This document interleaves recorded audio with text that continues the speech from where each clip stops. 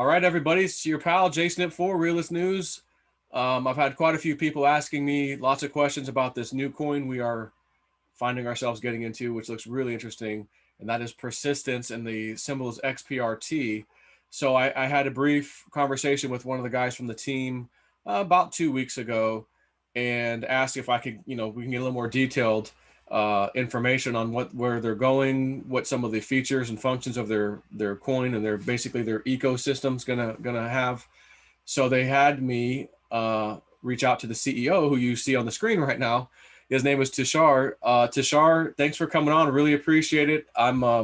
Me and I probably speak for a lot of people that are into this coin now. Are very happy to be so, and we're all glad to have you on. So thanks for coming on the show. Thank you, Joe, for having me. It's an absolute privilege and honor to be on the show, and obviously, thank you for the support on persistence and XPRT, from through yourself and some of the folks within your community. So thank you for that, and very excited to chat about everything. Yep, and everybody out there who's wondering, he and some of the team are well aware of Michelle White Dove.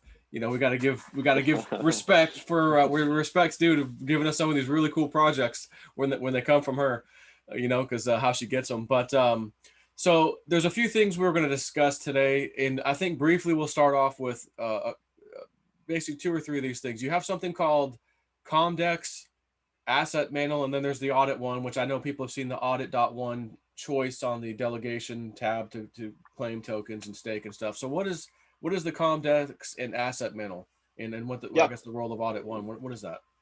Yeah, so I mean, high level, to break it down and make it easy for the audience to understand as well. And I think we need to do a better job in terms of kind of communicating this on our website as well. But if we break down high level categories of the persistence products, and persistence is an ecosystem of products, we have two products on the NFT side and two products on the proof of stake side. On the NFT side, the two products are Comdex and Asset Mantle. On the proof of stake side, the two products are Audit.1, as you mentioned, and pStake. And so I guess we'll be kind of double clicking more on the proof of stake side during this conversation. But just to kind of spend maybe 30 seconds or so talking about some of the NFT stuff. So Persistence and team members from Persistence, we were early bettors on Cosmos and the Cosmos ecosystem. Cosmos being one of the first delegated proof of stake chains in production. So in 2015, 2016, if you mentioned proof of stake to someone, they would potentially laugh at you because people thought that POW was the only way to go. But as we have seen over the last few years, led by Cosmos and Tezos, there's been multiple chains, including Solana, Avalanche, Near, so many, almost exclusively all of the chains being launched as POS. Ethereum itself moving from proof of work to proof of stake is huge validation for the proof of stake ecosystem. So we bet on that early. From that perspective, the first use case that we came up with was Comdex, which is a decentralized commodity trading platform. It enables the trading of physical commodities like soybean, copper, wheat. So our thought process was that we wanted to solve quote unquote real world problems. Over a period of time, we also wanted, in order to be able to capture mind share of end users and token holders and things like that, we also wanted to create crypto native products. So our journey has been very similar to that of Terra, where Terra has a Tendermint based chain. Persistence is a Tendermint based chain. If you have studied the Terra ecosystem, Chai is their non-crypto user facing or real world facing application. And then they have Mirror Protocol, Anchor Protocol, which are more of their crypto native applications. So we're kind of following a similar journey where we have Comdex as a non-crypto user facing application. And then we are creating a bunch of crypto native user facing applications. So to go through the products again, so we have Comdex. Comdex is already live and functioning, has facilitated now more than $100 million worth of commodity transactions. Asset Mantle is something that is still going to take a little bit of time for us to actually launch into production. So it's more in an R&D stage. at this moment. So that's the two applications on the NFT side. On the proof of stake side, we have Audit One, which is essentially just a validator node. It's one of the largest validator nodes in South Asia and Southeast Asia. And again, I think a lot of people are familiar with Audit One because not only do we run validator nodes on persistence itself, but multiple other chains, including multiple Tendermint-based chains like Cosmos, Akash, Injective, and non-Cosmos-based chains like Scale, Near, and then so I think the objective of this conversation was to kind of double click on pStake as an application. So like I mentioned, we were early into POS. I was not early enough in the industry to be a Bitcoin miner or even an Ethereum miner, but was very early into POS. Bet early on that. We were launched. We were involved in the launch of the Cosmos Hub as well, in terms of taking part in the incentivized testnet. Have been involved in the launch of multiple POS networks since, as I mentioned, we run a large validator service. But the biggest kicker for us to launch pStake was the stake drop campaign that we conducted in Q4 2020, so Q4 last year, where stakers of Atoms, Luna, Kava, Matic would receive a very targeted airdrop of the persistence coin of XPRT. And within a 3-month period, we had more than $1 billion of staked assets participate in that stake drop, which kind of showed us the humongous amount of demand that there is from the end user to generate additional yields from already staked assets. So that was the catalyst for us to work on pStake, which is a liquid staking application, which is getting launched. We're targeting 30th of June, but there might be kind of slight delays based on how long the security audits take. And that's the product that I am extremely excited about at this stage. Wow, that's pretty cool. So that's pStake and liquid staking. Yeah, so liquid staking is more of a concept. Like liquid staking is essentially like an AMM, right? You have multiple AMMs out there. So Uniswap is an exchange. You have Sushi. You have PancakeSwap. So there's multiple AMMs. Similarly, liquid staking is more of sort of a subcategory within the DeFi world. So you have Lido Finance, which is doing liquid staking. You have Staffy as a project doing liquid staking. You have Stakewise doing liquid staking. Rocket Pool doing liquid staking. And so pStake is one of the liquid staking applications. And the name of the application is pStake. Okay, gotcha. Yeah. As far as the role of XPRT and how the utility will grow, what can you say about that? Yeah. So essentially, XPRT is what is called a work token. It fulfills certain functions within the persistence ecosystem. So at the very outset, what XPRT does is it's a staking token. So you can stake token to secure the persistence chain, which is a Tendermint-based chain. It's very similar to the role that Kava plays, or Band plays, or Injective token plays, or BNB is starting to play for the Binance chain. So essentially, it's a staking and a governance token. It secures the Tendermint-based chain. And by the way, Band, Kava, Terra, Injective, Binance Smart Chain, they're all Tendermint-based chains. So that's the first utility, staking and governance. Obviously, a lot of users and some of your listeners, community members, maybe holders and stakers of persistence. The second thing is that it's a work token. What does that mean? Very similar to Luna, which is the staking token of the Terra ecosystem. Holders of Luna essentially get cash flows from multiple applications within the Terra ecosystem. So similarly for persistence token, essentially XPRT stakers. So currently what they're doing, what the XPRT stakers are getting is a 35% return in terms of staking rewards. And in the future, real quick, is that, because I've heard two things, it's 1 year or 2 years for the 35%, 2 years. Okay, great. Yeah. Okay. So it halves every 2 years. But essentially, over a period of time, as the staking rewards halve, what we don't want is for folks to stop receiving as much rewards. So the high staking rewards is a way for us to bootstrap persistence initially. Over a period, what we want is we want actual fees from the various applications to compensate the stakers, and not to compensate the stakers from inflation per se. So again, I think again, Ethereum has gone through this journey as well, where majority of the revenue that the miners were generating was actually from just inflation within Ethereum. But now a big part of the fees that the miners receive is actually from the usage and the adoption of Ethereum as a network. So our thought process is very similar, where over a period of time, various applications, whether that is Comdex, whether that is pStake, are going to provide certain percentage of the revenues that they're generating, or the fees that they're generating, to XRPT stakers, so that even when the staking rewards go down in a couple of years, the effective returns that XRPT stakers are getting is still higher than 17.5%, which is what it's going to be after the halving happens. And then another 2 years, it's another halving. Is that correct? Okay. Correct.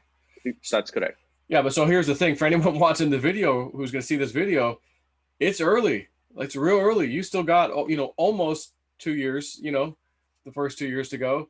And then it's just going to get cut in half. And honestly, what's wrong with 15, 16, 17% in 2 years? That's incredible. So, I know, and there's probably quite a few people that do the same thing in my Patreon. Some people are reclaiming their stakes every day. Some of them are doing it once a week, depending on how much they bought or whatever, to let it go back in and compound on the interest. But, you're going to add up everything you have right now and then say, okay, in 2 years, I'm going to have this much. And then it's only going to get cut in half down to 17% or so. Then another 2 years, and that's going to get cut down. We're talking 4 years from now. And the amount of XRPT that a person could potentially earn, and honestly, according to Michelle White Dove, and I believe her, this coin's going to be super, super high value coin. And you have a chance right now to get in on something like this and be a part of this, because just like Theta, I say everyone, a lot of people just, whatever. And then now, years later, when the thing's many, many dollars, everyone's like, okay, now we're paying attention. Wow, this team's really doing some incredible stuff with Theta Network. And now they're getting in the NTF or NFT space and all this stuff. So now it's starting to shine. But it's like, I try to find these little gems of projects or coins that we say, oh my gosh, this looks really, really good. And then let's get on it early. And then my job as, I guess, a YouTuber or whatever is to just tell people about it, just like I did with the other ones. And, we don't always make great picks every single time. It's impossible because you don't know who the team is. Are they going to fight? Is the company going to break apart? They had a great idea, but there's no one there running it anymore. You just never know. So it's, to me, the best tool I have is somebody like Michelle White Dove, a psychic woman who can see out into the future and see something incredible and go, oh my God, this is going to be a major player in the crypto space. And like, they don't know it. Nobody knows this. And, she's telling me and my friend Pete right off the bat about this. And I'm like, wow, okay, yep. If you speak about something, I got to get into this. So I just had to learn a little bit more about this. I guess one final thing is persistence. Your focus on creating a multi-chain ecosystem. What is that about? Yeah, so I mean, high level, you have the BTC maximalists, you have the ETH maximalists. We're not maximalists of any kind. The only maximalism that we believe in is we're interoperability maximalists. We don't believe that there is one chain to rule them all. Kind of thought process that a lot of folks in the industry have. We believe that different blockchains have different trade-offs. There are certain blockchains that optimize for the end user experience. There are certain blockchains optimizing for scalability and high transaction throughput. There are certain blockchains that are optimizing for security, for very high value transactions. And so there are different requirements based on what the end user wants, based on what the application requires. And essentially what we want to do is we want to be in all of the places wherever the end users are. And so from that perspective, that's what we mean by, operating in a, or trying to create a very multi-chain environment. And we believe assets will flow across multiple chains, which is already happening, with the development of multiple bridges. Yeah. So I think, in a kind of nutshell, that's what that's we probably why you're going to be very successful, because like when you say that, it reminds me of like some, scientists or something, or there's, these certain laws of whatever, physics or science that says, well, this can't happen. So they refuse to even look at it. I won't even look at it. You guys are Yeah. kind of saying, well, no, if there's something there, I want to look at it. We're not just one-sided or whatever. We're willing to look at anything, even if it doesn't make sense. We'll look at it, So I think that's probably why you're going to be successful. Like I said, you got the maximalist, the Bitcoin maximalist, Ethereum, whatever. And now that, there's even some of the Litecoin maximalists out there. And if you just stick to one thing, how do you really grow? I mean, I don't know. I get a little bothered by some of those people sometimes, because they're on even my Twitter feed or whoever, that's a shit coin, or that's that proof of work all the way. It's like, you don't even really know, like, this is a new technology. Honestly, the crypto is new, even though it's been around for years now. Let people go out there and tinker and play and figure out what's best. You guys have been working with a lot of different people, a lot of different projects. So you now have a ton of information, which I'm sure is what's guiding you to say, well, this is why we're doing that, because you've already got all the information you need from all these other projects and all these different types of ways they're doing it. Again, whether it's proof of work, proof of stake, or whatever. And now you're saying, here's our token, here's what we're going to do, because we just pulled a lot of information from everybody else, and we think we're going to narrow this down to something that really, really works well-oiled machine kind of a thing. So I think you're on to something huge, to be honest with you, like super huge. Yeah, and I guess, just, like final thoughts from my perspective. We've jumped through several hoops to get to this point. I mean, it wasn't an easy journey for us. I think a lot of folks have, created projects in the quote unquote bull market. And, you mentioned about fights between, team members or, founders. I think from our perspective, we started in the depths of the bear market, and, hence our name as well. It took a lot of persistence for us to get to this point.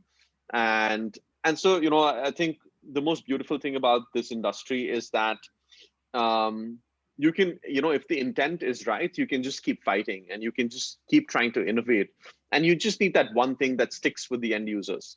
And once you find that thing, then you kind of push hard on that thing. So, from our perspective, we'll always, we're in a fortunate position where, we have a huge runway.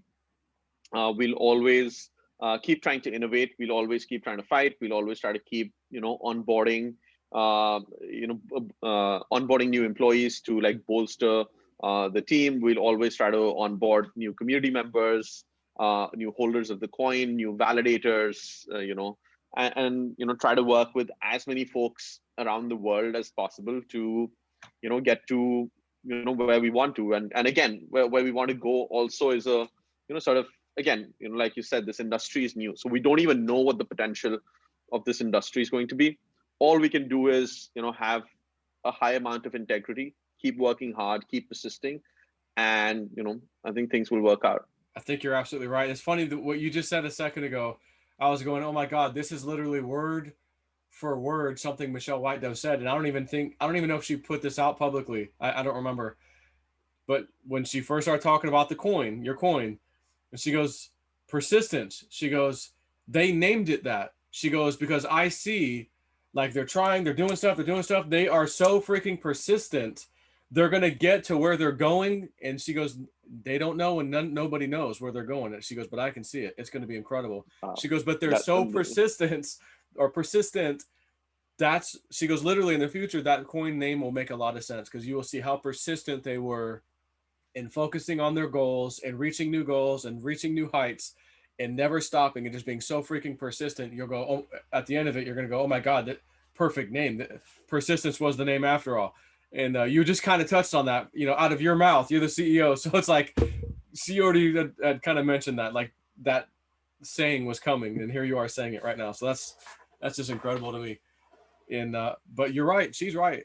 This thing's gonna really go places. I'm just positive, and I'm so happy to have jumped in when I did. Yeah. And she was telling everybody, oh, it's only like it's under $3 right now. She's like, but it's not gonna. She goes, I see $9, and then it's going into the teens like immediately. And me and Peter are like, okay, well, let's go get some now, and then we'll do our Patreon posts and tell everybody else, because we don't want to fight everybody, trying to push the price up on everybody at the same time. So we're like, we'll do her Patreon first, then we'll do mine, and then we'll just be public about it, tell everybody else, because everybody is going to want to know about it. But we do have paying members in our Patreon that love this kind of, it's not really inside information because it's coming from a psychic, but it kind of is. She gives us stuff and we talk about it and we share it there first. So at any rate, yeah. Was there anything else that you wanted to touch on, or you think that pretty much covered it? Yeah, I think that pretty much covers it. I think, just one thing is that, we're all super excited about the launch of, the pre-stake application towards the end of the month. And, we will be onboarding kind of, beta users and, holders of, certain POS coins to start, providing liquidity to the application that we're creating. In general, super open to connect to anyone, and fairly present on all of the various platforms, Twitter, Telegram. Yeah. And as a company and as an individual, obviously company is a little bit better, allows us to kind of streamline things. I got a lot of DMs.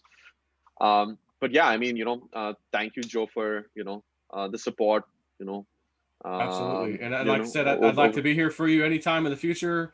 If you have any updates, you're like, oh, I want to get this out. Any day, you just send me an email, or your partner, I can't pronounce his name. How do you say it again? No worries. Abditage. Yeah. Abditage. Okay. It's a hard one for me.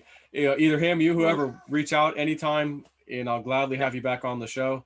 And for everybody listening, I'm going to put their Telegram link in, matter of fact, I'll do the Twitter also. Might as well do your Twitter and Telegram link in my description box of this video, so that you guys can join. Because if you want to be a member when they launch the P-Stake and you want to try to figure out how that works and be a part of that, there'll be no better place to go than, Twitter, Telegram. Telegram's easier because you're just right in there. There's no crap in your feed, missing stuff when they type stuff. So I'll probably mainly do the Telegram one. But anyways, again, thanks for coming on, and we'll do this again in the future. Thank you, Joe. Have a good day. Yeah. Bye. Take care. Bye.